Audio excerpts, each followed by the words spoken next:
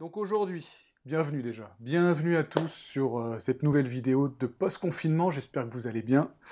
Je vais enlever un peu ça, voilà, voilà, pourquoi j'ai les lunettes aujourd'hui, parce que là, ma coiffeuse n'est pas prête de venir me voir, d'ailleurs je la salue. Aujourd'hui, qu'est-ce qu'on nous allons voir? Comme vous n'allez pas le voir tout de suite, mais on va se retrouver sur FCPX, Final Cut Pro 10, pour faire matcher différents plans qui vont avoir forcément des images différentes. Dans la colorimétrie et dans l'exposition, normalement non, puisque l'exposition devrait être bonne sur les 3 caméras, mais en tout cas au niveau colorimétrique.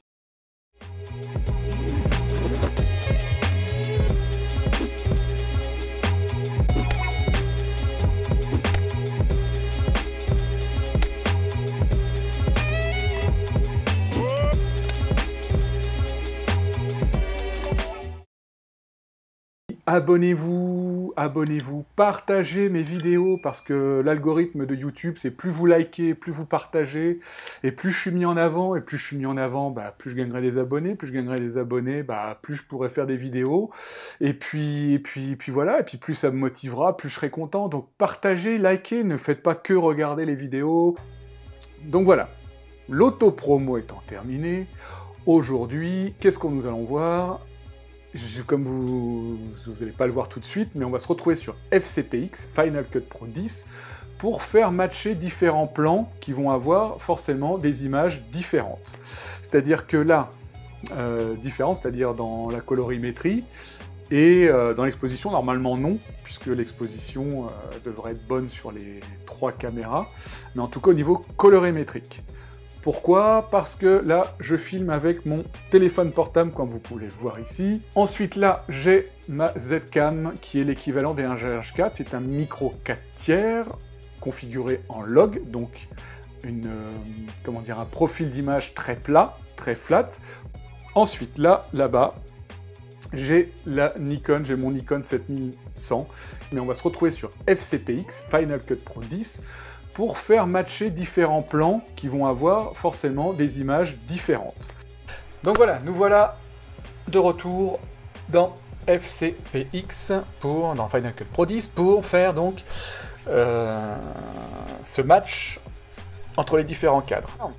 Alors, tac, on s'aperçoit qu'en effet, il y a une grosse différence de colorimétrie, éventuellement même de balance des blancs entre les différents plans.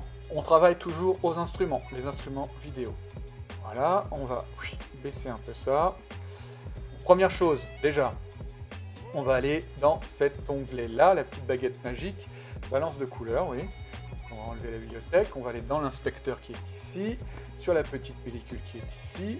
Alors, soit on la laisse en automatique, sinon vous prenez votre petite pipette, la petite pipette qui est là. Mais normalement ça, en plus c'était à la lumière. Je vais prendre le blanc des yeux aussi, pareil. C'est au moins, pas de jaloux. Et là, on va essayer de faire pareil. Qu'est-ce que ça donne? Adapter. Ça match un peu plus, déjà. Là. Et ce plan-là, le S-Log. Voilà, on commence à avoir une image, des images là qui matchent entre elles. On va commencer par l'exposition. Hop, je vais la contraster un petit peu plus. Voilà, monter les hautes lumières. Alors, les 100, ce sont les hautes lumières. Les 0, le 0 sont les basses lumières, les sombres. Pourquoi là j'ai un gros sombre déjà de base? Parce que là, c'est ma télé. Un vecteur de luminance, enfin les vecteurs en général, se lisent de gauche à droite, comme l'image, donc de gauche à droite. Donc là, moi, je suis là, ici. Donc, moi, je vais me contraster un petit peu plus. J'aime bien quand l'image est un petit peu contrastée. On va sur l'image du téléphone portable. Donc là, vous voyez qu'on peut, en petite marge encore, pour contraster un peu plus l'image. Donc là, on va la rendre moins, voilà, contraster un peu plus. Voilà, je vais descendre même un petit peu en dessous. Voilà, et je vais me descendre un peu. Donc moi, je suis où? Ça, c'est mon ampoule. Moi, je dois être là. Ça va couper celle-là et s'occuper du Nikon. Donc déjà, l'exposition. Donc là, c'est pareil.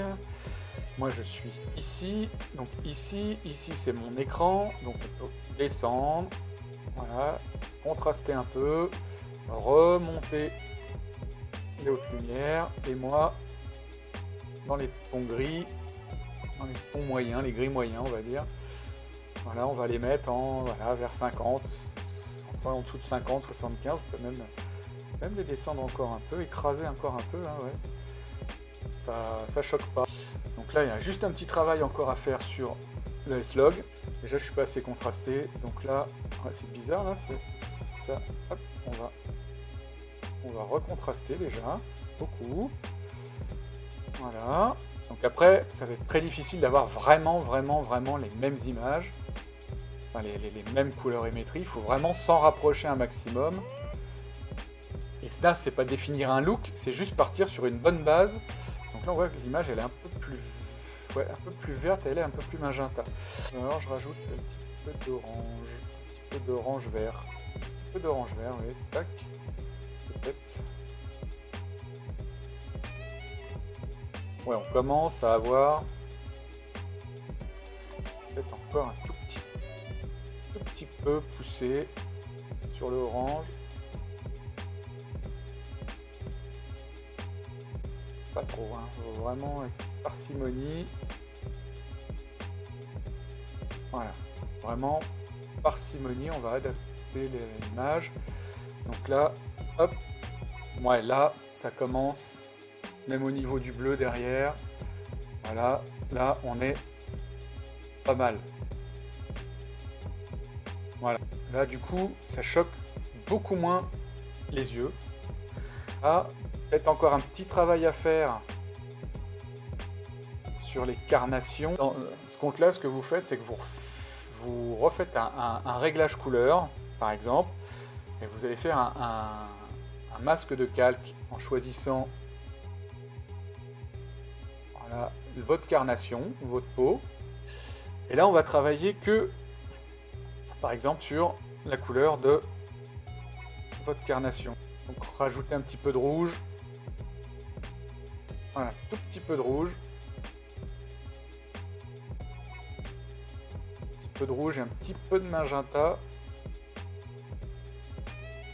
Voilà, un petit peu de... Ou alors non, on va repartir de zéro dans les carnations, donc ton moyen. Hop, voilà. Tout petit peu de rouge magenta là. Hop, pas trop. Voilà, c'est pas mal. C'est pas mal.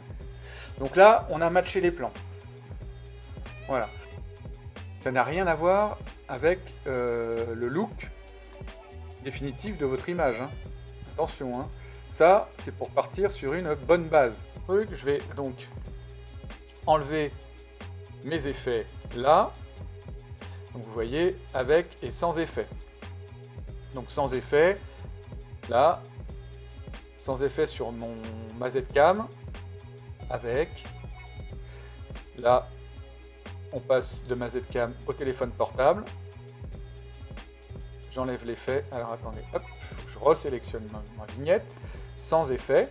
Vous voyez, donc Z-Cam avec effet, téléphone portable sans effet, avec effet. Tac. Donc vous voyez que ça match quand même pas mal.